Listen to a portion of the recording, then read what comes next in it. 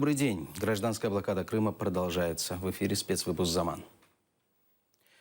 На административной границе с Крымом в Херсонской области задержан бывший депутат Севастопольского горсовета Владимир Галичий. 5 сентября он беспрепятственно въехал на материк из Крыма по украинскому паспорту. А вчера возвращался на полуостров со своей семьей из Черкасской области. Владимир Галичий был в числе 49 депутатов Горсовета Севастополя, принявших решение о вхождении города в состав России в качестве субъекта и об участии в общекрымском референдуме 16 марта 2014 года. Согласно статье 111 Уголовного кодекса Украины, государственная измена наказывается лишением свободы на срок от 10 до 15 лет. Подробности задержания Галичия будут озвучены на брифинге, который состоится сегодня на пункте пропуска Каланчак. Об этом мы расскажем в следующих выпусках «Заман». В целом, 4-й день гражданской блокады Крыма проходит спокойно. Количество грузовиков на пунктах пропуска в разы сократилось. О ситуации на административной границе с Крымом расскажет Гульсум Халилова.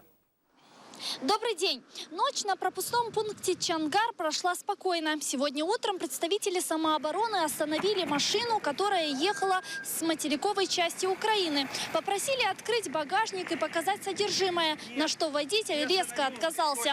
Решил проехать дальше. Активисты его не пропустили. После вызвал правоохранительные органы.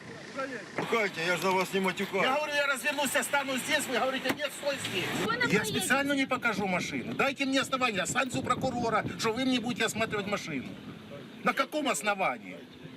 Кто придумал этот осмотр машин? Я приезжаю на таможню, мне осматривают машину, потому что это таможня. У них есть разрешение, у них допуск. Эти, кто такие люди? Я в прошлый раз еду, они пьяные, подошли ко мне, начали мурыжить меня. Дальше что? Извините, здесь была бы очередь. Осмотреть эту машину, осмотреть. Я не собирался ее обыскивать, я не имею права обыскивать. Осмотреть я обязан. Я не покажу. Ну, это его право.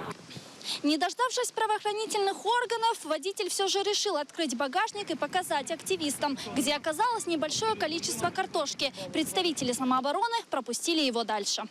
Побачили, що в нього там продукти, в малій кількості.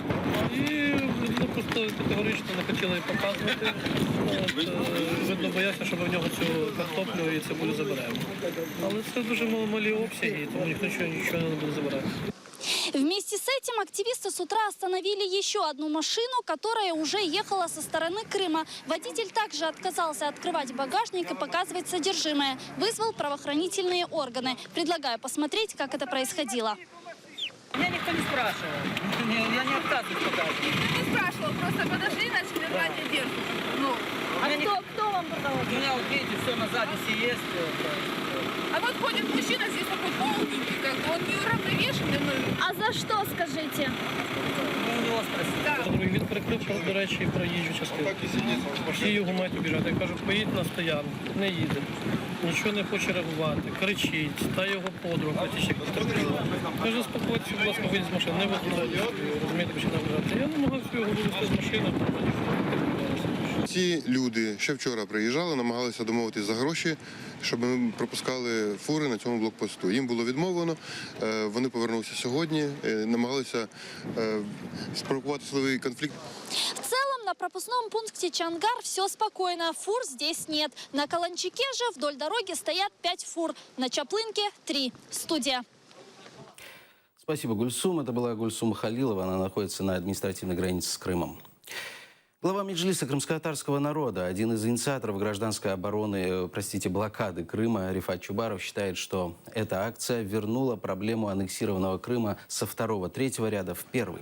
По его словам, сейчас, благодаря Меджлису и крымским татарам, блокада превращается в общеукраинскую акцию. Ранее Чубаров заявлял, что прекращение поставок электроэнергии в Крым может стать следующим этапом блокады полуострова. Россия намерена поднять вопрос блокады Крыма в международных организациях, сообщают в Министерстве иностранных дел страны. Также в ведомстве отметили, что эта проблема будет решаться за счет ресурсов России. 20 сентября началась бессрочная акция по блокированию грузового транспорта, направляющегося в Крым с продуктами и товарами. Ее организаторы сообщают, не будут пропускать фуры в Крым до тех пор, пока не будут выполнены их требования, а именно освобождение политзаключенных, прекращение давления на независимые СМИ, беспрепятственный въезд для международных наблюдателей на территорию полуострова, прекращение репрессий в отношении крымских татар. На этом пока все. Следующий выпуск «Заман» в 17:30. Всего доброго.